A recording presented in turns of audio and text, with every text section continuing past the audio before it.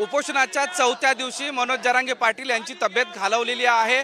लोक आग्रह करतायत पाणी घ्या, पण पाणी घ्यायला तयार नाहीत आणि त्यामुळे आता पुढे काय असा प्रश्न महाराष्ट्रातल्या वेगवेगळ्या भागातून अंतरवाली सराटीमध्ये दाखल झालेला व्यक्तीचा आहे। प्रत्येक जण घोषणा देतोय, सांगतोय की पाणी घ्या, किमान पाणी घ्या। दादानी पाणी घ्यायला पाहिजे साहेब, आमचा राजा माणूस आहे, मराठ्यासाठी झटणारा कोण नाही दुसरा दादाशिवाय।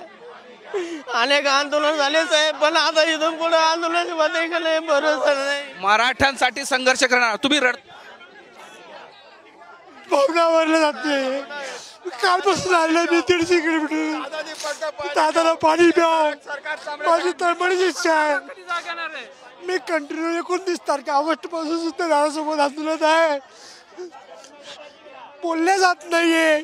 आपल्या दादाची अवस्था पाहून बोललं नाही जात हो। दादाची अवस्था, या सरकारला एकच विनंती, मायबाप सरकारला, तुम्ही महाराष्ट्राचे मायबाप आहोत, तुम्ही फक्त आमच्या दादाची काळजी घ्यावं। या आजी बघा 90च्या पुढच्या आहेत आणि त्या इथं आल्या, त्या पण आजी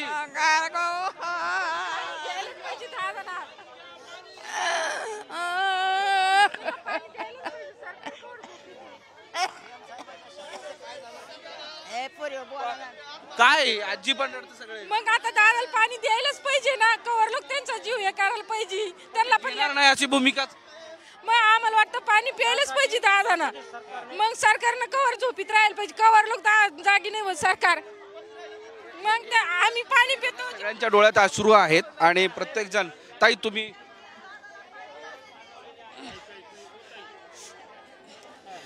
सरकारच्या घरचं जर असं एखादा माणूस तर त्यांनी त्यांची काळजी घेतली नसती का?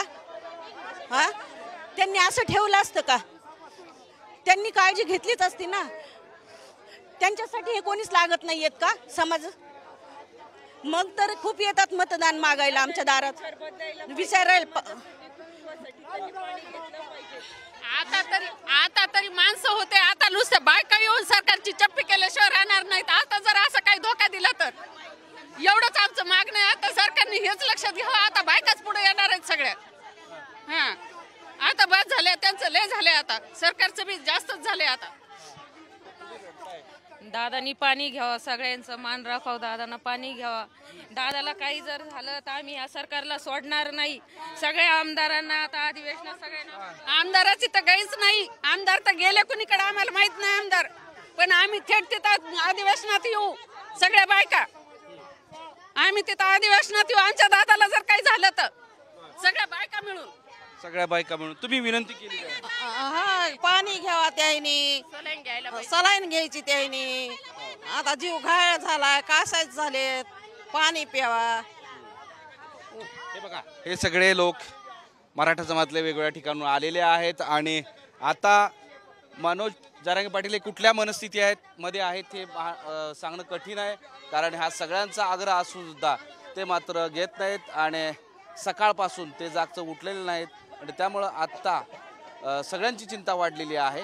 सरकारनं कुठलं तरी पाऊल उचलावं असं सगळ्यांचा आग्रह आहे आणि या सगळ्या परिस्थितीमध्ये आता हा जो टोकाचं उपोषण आहे ते खरंच थांबणार का असा प्रश्न उपस्थित होतोय। मोहम्मद इरफान माधव सावरगावे, साम टीव्ही, अंतरवाली सराठी।